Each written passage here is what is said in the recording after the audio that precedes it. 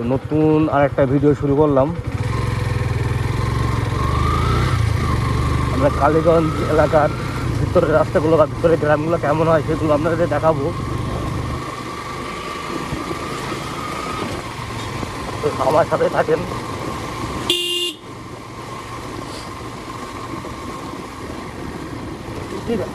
রাস্তা বাইতে প্রচুর প্যারা খাইতে হয়।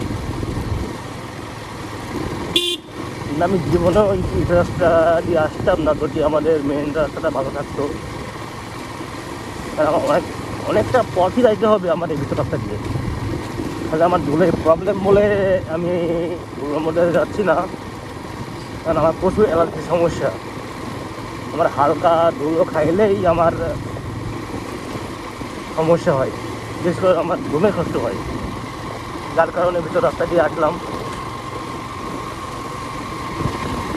তো সাথে সাথে আপনাদেরকেও দেখানোর চেষ্টা করতেছি যে ভিতর গ্রামে মানে কালীগঞ্জ এলাকার ভিতরের গ্রামগুলো কেমন হয়।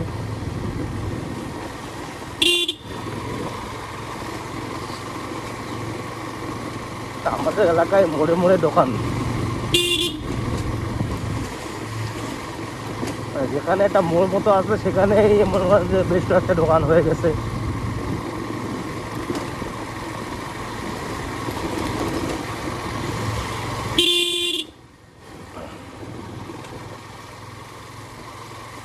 আর ভিতরে রাস্তায় এই গাড়ি খুব সাবধানে চালাতে হয়, কারণ আশেপাশে প্রচুর বাড়ি আছে, আর এই বাড়ি থেকে হুটহাট করে লোকজন বেরিয়ে আসে। আবার অনেক ছেলেরা ছোটো ছোটো বেবি আছে, পাওয়ার টিলার, তো ছোটো ছোটো বাচ্চারা হুট করেই দৌড় মারে, আর হঠাৎ করে যদি সামনে চলে আসে, আমার তো যতটুকু সম্ভব আমি কন্ট্রোল করার চেষ্টা করব, কিন্তু যদি কন্ট্রোল না করতে পারি তাহলে তো সেই বেবিটার ক্ষতি হয়ে যাবে। এই জন্য ভিতরের রাস্তাটাই হালকা স্লো যাওয়ার চেষ্টা করবো আমি। আর আমি এমনি তেমন জোরে চালাই না, বলা ভুল হবে, জোরে চালাই, বাট আমি সেটা রাস্তা বিশেষ। আমি যদি এখন ভিতরে রাস্তায় এসে 80-90 গাড়ি চালাই, সেটা তো আমার জন্য ক্ষতি, আমার গাড়ির জন্য ক্ষতি, প্লাস এলাকার মানুষগুলো আমাকে খারাপ বলবে। ইদানিং অনেক ইয়ং পোলাপান আমার বয়সী, তারা প্রচুর গাড়ি রাত চালায়, সব ভিতরে রাস্তাগুলো দেখে না, ওইভাবেই গাড়ি টানে। তো আমি একদম পুরো গ্রামের মধ্যে দিয়ে যাচ্ছি, আপনারা দেখলেই বুঝতে পারবেন যে আমি কোন রাস্তা দিয়ে যাচ্ছি। দিল্লু দেখছেন, এখানেও একটা মোড়, এখানেও কিন্তু বেশ ভালোই দোকান আছে।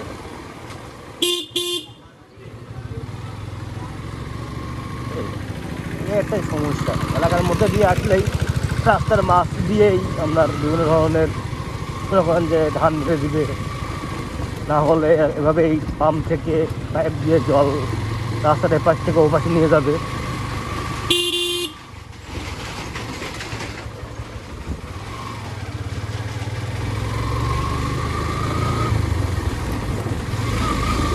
তো আমার বাড়ি প্রায় চলে যাচ্ছি, আর মিনিট 5 থেকে 10 মিনিটের মধ্যে আমি আসলে বাসায় পৌঁছায় যাবো আশা করা যায়।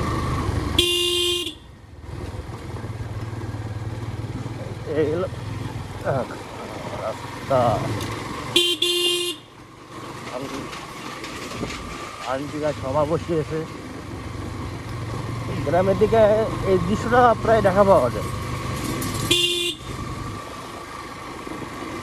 যে আন্টিরা এক জায়গায় হইলেই কোনো বিষয় নিয়ে কথা শুরু করে দেয়, কারোর সমালোচনা করে, অথবা বদনামই বেশি শোনা যায়। এই গ্রামের একটা সমস্যা যে মহিলারা প্রচুর সভা বসায়, আর সেই সভায় আসলে আপনারা তো বোঝেন কী ধরনের কথা তারা বলতে পারে।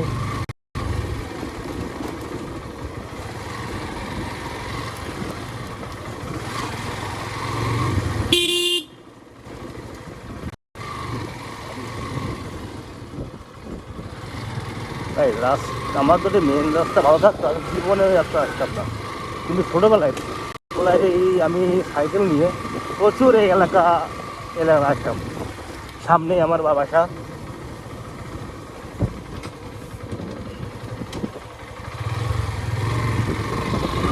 ধানগুলো এমনভাবে রাখিছে তাই যে জায়গা নাই। আগে ছোটোবেলায় আমি সব জায়গায় বৃষ্টি হইলে মাছ ধরতে আসতাম। সেটা একটা পার্সোনাল ঘেট, কিন্তু আমি একবার মাছ এখান থেকে চুরি করে অনেক অনেক মাছ ধরছিলাম। প্রায় 5-6 কেজি মতো তেলাপিয়া ধরছিলাম।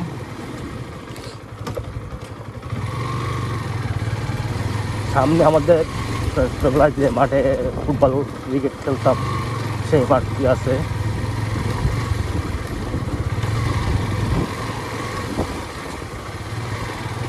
এই যে এই মাঠ, এই মাঠে আমরা ছোটোবেলায় প্রচুর খেলা করতাম। আরে মাঠের ওই পাশে যে ছোট একটা কুড়িঘর দেখছেন, ওই কুড়িঘরে এখন ছেলেপুলেরা তাস খেলে। আমিও ফাঁকে ফাঁকে আসি তাস খেলতে।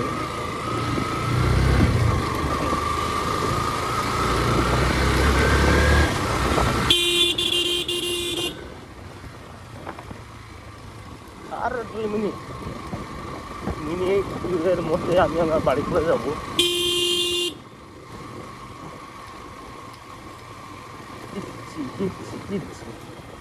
এ হলো আমার ভাইজি। ভাই পাচ্ছি তুমি,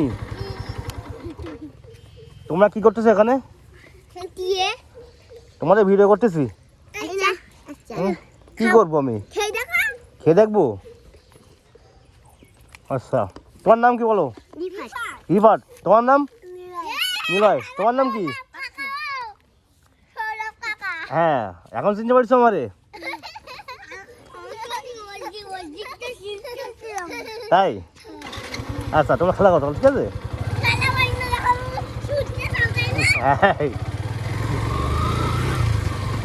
আমার ভাইজি অনেক কিউট। ভাইজি বলতে আমার বড় পিসির ছেলের মেয়ে। মানে